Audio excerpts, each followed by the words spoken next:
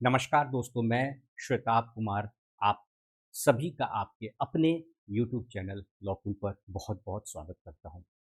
साथियों, जब से 3 इयर्स प्रैक्टिस रूल लागू हुआ है, जितने भी फ्रेश लॉ ग्रेजुएट्स हैं, उनके पास अगर सबसे बड़ी कुछ चुनौती है, तो वह है कि अब वह सिविल जज जूनियर डिवीज़न के एग्ज़ाम के लिए एलिजिबल नहीं है।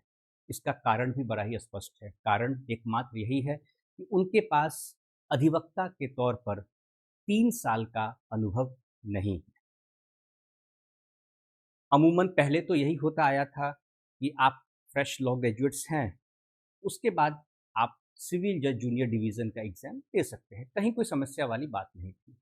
मैं इसके हिस्टोरिकल बैकग्राउंड में भी जाऊँगा कि क्या इससे पहले भी एक्सपीरियंस के आधार पर एग्ज़ाम देना पड़ता था या फिर शुरू से ही बिना किसी अनुभव के आप सिविल जज जूनियर डिवीज़न का एग्ज़ाम देते आ रहे थे। सब पर मैं चर्चा करूँगा। अब आज के सेशन में नया क्या है? आप कहेंगे कि सर यह बात तो हमें पता है कि 3 इयर्स प्रैक्टिस रूल लागू है, जिस वजह से फ्रेश लॉ ग्रेजुएट्स एक्सपीरियंस ना होने की वजह से, वह भी 3 इयर्स एक्सपीरियंस ना होने की वजह से एलिजिबल नहीं है सिविल या जूनियर डिवीज़न का एग्ज़ाम देने के लिए। और उसी वजह से जो आपका बिहार जुडिशरी का एग्ज़ाम होने वाला था, वो भी पोस्टपोन हो गया।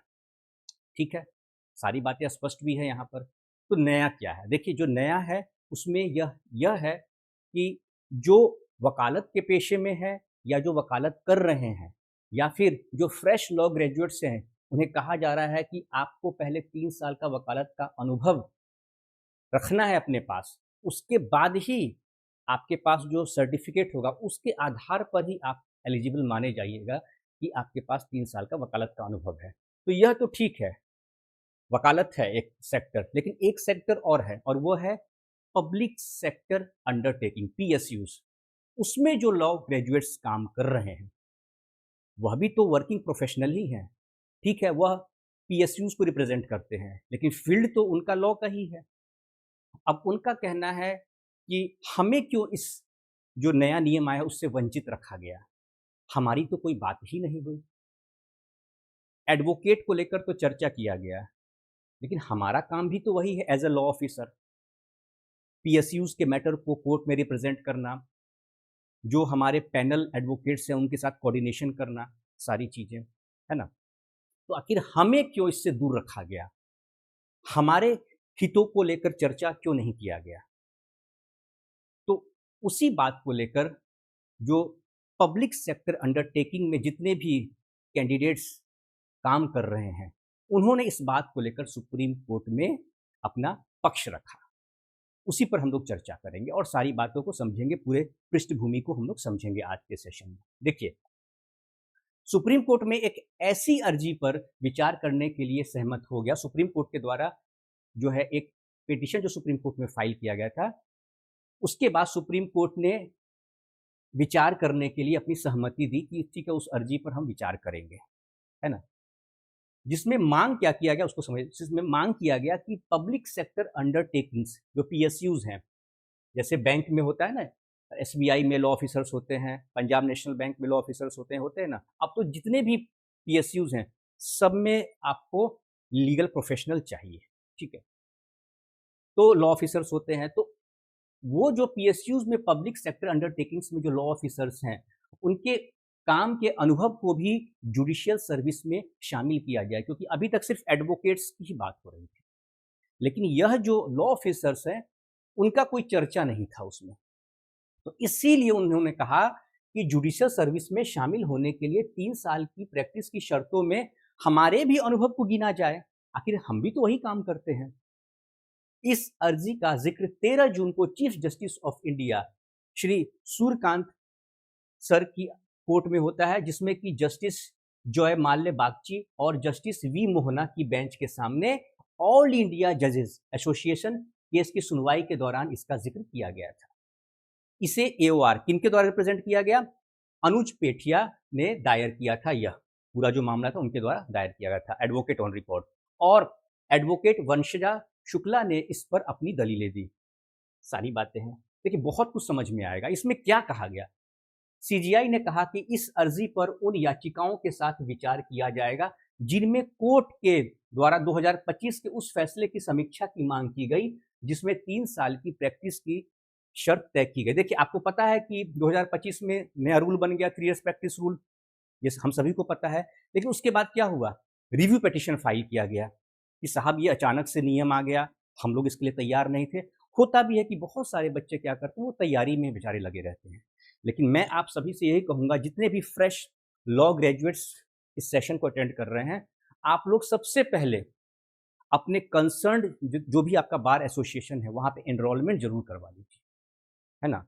ऑल इंडिया बार एग्जामिनेशन है, उसको क्लियर कीजिए सबसे पहले, क्योंकि देखिए यह नियम फिलहाल तो इसमें रिलैक्सेशन आपको कुछ मिल जाएगा, लेकिन नियम नहीं बदलने वाला है। अभी 3 साल का अनुभव यह लागू रहेगा, ठीक है? हो सकता है कि इस बार कुछ रियायत आपको मिल जाए, है ना? अब क्या रियायत मिलेगा, उसे भी हम मतलब अनुमान ही लगा सकते हैं, है ना? और उसको लेकर कोई मतलब दलील अभी हमारे पास कोई ऐसा नहीं है ठोस जो कारण होता है जिसको कि मैं आप सभी के साथ साझा करूं। यह एक हो सकता है रिलैक्सेशन कि कहा जाएगा कि इस साल के लिए जो है रिलैक्सेशन दे दिया जाए, जो अभी जो एग्जाम होने हैं, ठीक है? 1 साल का आपको हो सकता है रिलैक्सेशन मिल जाए मैक्सिमम, है ना? और एक यह होगा कि जो पीएसयूज़ में जो वर्किंग लीगल प्रोफेशनल्स हैं, ठीक है? उनको भी इस कैटेगरी में शामिल कर लिया जाएगा, क्योंकि जो 3 इयर्स प्रैक्टिस रूल है उसमें सिर्फ एडवोकेट्स को ही शामिल किया गया है। तो यह कुछ चीज़ें हैं जो यहाँ पर होगा। इसीलिए जो माननीय मुख्य न्यायाधीश महोदय हैं, सर्वोच्च न्यायालय, उनके द्वारा कहा गया, ऑनरेबल सीजेआई सर के द्वारा, कि इस अर्जी पर उन याचिकाओं के साथ विचार किया जाएगा जिनमें कोर्ट के 2025 के उस फैसले की समीक्षा की मांग की गई जिसमें 3 साल की प्रैक्टिस की शर्त तय की गई थी। संक्षेप में मामला यह अर्जी भारत सरकार के तहत काम करने वाले, ध्यान से समझिएगा, ठीक है? यह जो पिटीशन फाइल किया गया जिसकी अभी हम लोग चर्चा कर रहे हैं, वो किनके द्वारा किया गया? यह अर्जी भारत सरकार के तहत काम करने वाले उन लॉ ऑफिसर्स ने दायर की जो सिविल जज जूनियर डिवीजन परीक्षा में शामिल होकर जुडिशियल सर्विस में आना चाहते हैं। बहुत सारे लोग हैं जो कि मुझे पता है कि मुजफ्फरपुर में ही एक जुडिशियल ऑफिसर थे, वह किसी पीएसयूज में पहले काम करते थे, ठीक है, बैंकिंग सेक्टर में। उसके बाद उन्होंने एग्जाम दिया और फिर, क्योंकि पहले ये सब कोई नियम था ही नहीं, 3 इयर्स प्रैक्टिस रूल, तो लोग देते थे, ठीक है ना? तो अब चूंकि नियम बन गया, लेकिन नियम तो बन गया, लेकिन जो पीएसयूज में वर्किंग है लॉ ऑफिसर्स, उनको लेकर चर्चा नहीं हुआ, इसीलिए इसको यहाँ पर इस पिटीशन को फाइल करना जरूरी था। अब क्या है, वे जजों के लॉ क्लर्क और जुडिशियल ऑफिसर जिनके अनुभव को 3 साल की प्रैक्टिस की अवधि में गिना जाना है, को 2025 के फैसले में दिए गए समान व्यवहार की मांग कर रहे हैं कि भाई हमें भी इक्वली ट्रीट किया जाए। आप ठीक है, जो भी आप एडवोकेट्स हैं उनके एक्सपीरियंस को आप काउंट कर रहे हैं, जो इंटर्न्स हैं, ठीक है, जो कि आपके लॉ क्लर्क के रूप में भी या जो है जुडिशियल क्लर्क के रूप में भी जो वर्किंग है, उनको उनके भी एक्सपीरियंस को आप काउंट कर रहे हैं। तो हमारा भी जो अनुभव है as a law officer PSUs में, उसे क्यों नहीं काउंट किया जा रहा है? फिर इनके द्वारा जो दलील दिया गया, इनका यह कहना था कि लॉ ऑफिसर्स नियमित रूप से कोर्ट की कार्रवाई में शामिल होते हैं, वकीलों के साथ तालमेल बिठाते हैं, कानूनी दस्तावेज प्लीडिंग्स तैयार करते हैं और उनकी समीक्षा करते हैं आदि, जिसमें उन्हें एक सिविल जज के लिए जरूरी गुण हासिल करने में मदद मिलती है। निश्चित तौर पर भाई, जो आपके लॉ ऑफिसर्स होते हैं, ये पैनल एडवोकेट्स के साथ इनका डिस्कशन होता है ना? सारी चीज़ें केस को लेकर होता है, केस के स्टेटस को लेकर होता है, जो भी प्रोसीडिंग्स होती हैं उसको लेकर डिस्कशन होता है। तो टोटल इनका लीगल वर्क ही तो होता है। इसके अलावा आवेदकों का कहना है कि लॉ ऑफिसर्स को एक कॉम्पिटिटिव भर्ती प्रक्रिया के जरिए चुना जाता है। निश्चित तौर पर इसका एग्जाम होता है बाकायदा, और वे मुकदमेबाजी के प्रबंधन के अलावा कई कानूनी काम जैसे कानूनी नियमों का पालन भी करते हैं, है ना? अब मान लीजिए भाई, बैंकिंग सेक्टर में वर्किंग है तो जितने भी बैंकिंग लॉज है, बैंकिंग मैटर्स हैं, सब कुछ देखते हैं। सरफेसी हो गया इनका, ठीक ठीक है, निगोशिएबल इंस्ट्रूमेंट हो गया, ये सारी चीज़ें हैं। उसके बाद आपका हाइपोथिकेशन से रिलेटेड होता है जिसमें आर्बिट्रेशन का प्रोसीडिंग होता है, ठीक है? तो पूरा प्योर इनका कोर जो है लीगल वर्क होता है, ठीक है ना? तो इसी बात का उन्होंने दलील दिया कोर्ट में कि हमें आखिर क्यों वंचित रखा गया, हमारी चर्चा क्यों नहीं हुई। सिर्फ जिक्र यही हुआ कि जो एडवोकेट्स हैं उन्हीं के वकालत के अनुभव को, 3 साल के अनुभव को ही हम क्राइटेरिया बना रहे हैं, या फिर जो इंटर्नशिप कर रहे हैं फ्रेश लॉ ग्रेजुएट्स, चाहे वो एज अ जो आपके लीगल जो जो एडवोकेट जुडिशियल क्लर्क हैं, ठीक है, उनको सिर्फ शामिल किया गया। तो इसी बात को लेकर कहा गया कि हमें भी यहाँ पर जो है शामिल किया जाए। अर्जी में इस बात पर जोर दिया गया कि कई आवेदक साधारण बैकग्राउंड से आते हैं, जिन्हें आर्थिक तंगी और पारिवारिक जिम्मेदारियों के कारण प्रैक्टिस छोड़कर दूसरी नौकरी करनी पड़ती है। निश्चित तौर पर है कि भाई उनको भाई अपना बैकग्राउंड भी देखना होता है ना? और जो फ़ाइनेंशियल कंडीशन है हर किसी की एक जैसी नहीं होती है, तो सारी चीज़ों को देखना पड़ता है। जबकि वे जुडिशियल सर्विस की तैयारी भी करते रहते हैं, है ना? अब मान लीजिए कि जुडिशरी की तैयारी कर रहे हैं, इन द मीन टाइम कोई ऐसी वैकेंसी आती है, तो उसमें वह अप्लाई कर लेते हैं। तो ये सारी चीज़ें हैं। असल में आवेदकों में से एक 40% से ज़्यादा दृष्टि दिव्यांगता से पीड़ित हैं। अर्जी में कहा गया कि अनुभव होने के बावजूद लॉ ऑफिसर्स को इसी तरह के विचार से बाहर रखना मनमाना, किसी भी तरह का मतलब खासकर यह जो मामला है इसमें उनकी बात को लेकर विचार नहीं किया गया। इसलिए कहा गया कि यह मनमाना है और अनुचित वर्गीकरण है और समानता के सिद्धांत को कमजोर करता है। उनके अनुभव को भी अप्रासंगिक मानने से न केवल योग्य उम्मीदवारों का दायरा सीमित हो जाएगा, बल्कि परिपक्वता, तैयारी और पेशेवर अनुभव के उस मकसद की भी अनदेखी होती है जिसमें 3 साल की शर्त के जरिए पूरा किया जाना है। इनका देखिए, इनका बात भी सही है, बिल्कुल जेन्युइन पॉइंट है। अब देखिए मई 2025 में क्या हुआ था कि सुप्रीम कोर्ट ने उस शर्त को फिर से लागू कर दिया जिसके तहत जुडिशियल सर्विस में एंट्री लेवल यानी सिविल जज जूनियर डिवीजन का जो एक पोस्ट होता है उसके लिए आवेदन करने वाले उम्मीदवार के लिए वकील के तौर पर यही यही पूरी बात थी। यहाँ पर क्या था कि उनको जो अनुभव की बात है वह सिर्फ वकील के तौर पर हुआ था, ठीक है? यही वकील, यहाँ पे और कोई किसी की चर्चा नहीं हुई, सिर्फ चर्चा हुई कि एज एन एडवोकेट आपके पास अनुभव होना चाहिए बस। तो वकील के तौर पर कम से कम 3 साल की प्रैक्टिस जरूरी है। प्रैक्टिस की अवधि को प्रोविजनल एनरोलमेंट, अस्थायी पंजीकरण की तारीख जो प्रोविजनल आपको मिलता है एनरोलमेंट, उससे गिना जाएगा। ये नहीं कि आप ऑल इंडिया बार एग्जामिनेशन आप करते हैं फिर सर्टिफिकेट ऑफ प्रैक्टिस मिलता है तब से नहीं। आप जो आपको प्रोविजनल जो एनरोलमेंट होता है तभी से काउंट होगा आपका एक्सपीरियंस, और यह शर्त केवल भविष्य की भर्तियों पर लागू होनी थी।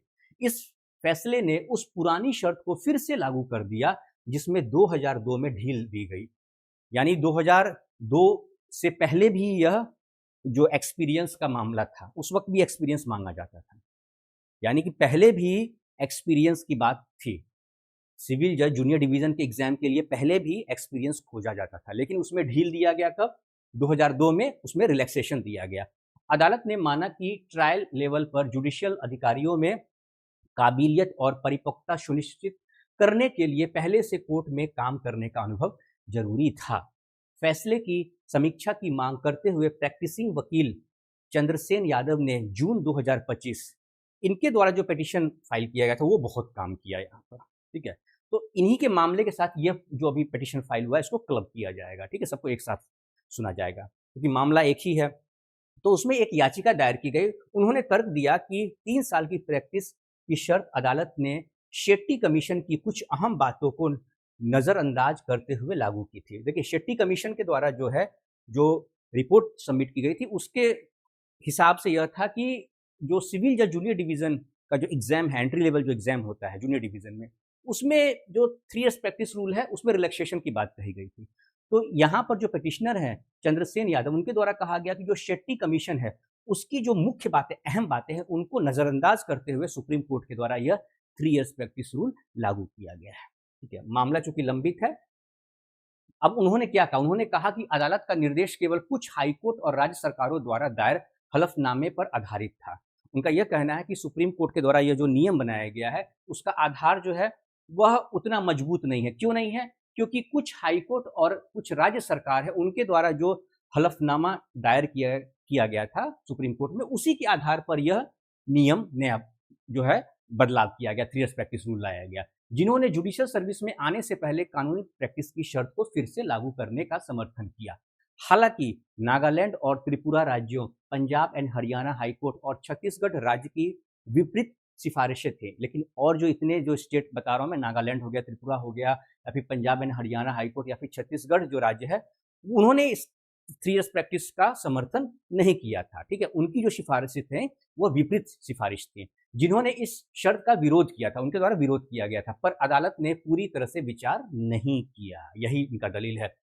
समीक्षा याचिकाकर्ताओं के अनुसार शेट्टी कमीशन ने प्रैक्टिस की शर्त को हटाने की सिफारिश की थी। यही बात है, शेट्टी कमीशन के द्वारा जो रिपोर्ट दिया गया था उसमें यह कहा गया था कि नहीं साहब, ये प्रैक्टिस के जो एक्सपीरियंस की बात है उसकी कोई आवश्यकता नहीं है, खासकर सिविल जज जूनियर डिवीजन में, क्योंकि कोर्ट का दौरा और इंटर्नशिप लॉ डिग्री के पाठ्यक्रम का हिस्सा होते हैं। सुप्रीम कोर्ट ने इस पहलू पर विचार नहीं किया। साथ ही चूंकि उम्मीदवार सर्विस में आने से पहले ट्रेनिंग लेते हैं, इसलिए प्रैक्टिस की शर्त शायद जरूरी न हो। यह भी तर्क दिया गया कि फैसले में ऐसा कोई तथ्य, आंकड़े या अध्ययन नहीं बताया गया जिससे यह साबित हो सके कि नए लॉ ग्रेजुएट जज के तौर पर खराब प्रदर्शन करते हैं। इसके अलावा उन नए लॉ ग्रेजुएट की संख्या या सफलता दर पर भी कोई विचार नहीं किया गया जिन्होंने ऐतिहासिक रूप से जुडिशियल सर्विस में अच्छा प्रदर्शन किया है और ट्रेनिंग के बाद बेंच पर प्रभावी ढंग से काम किया।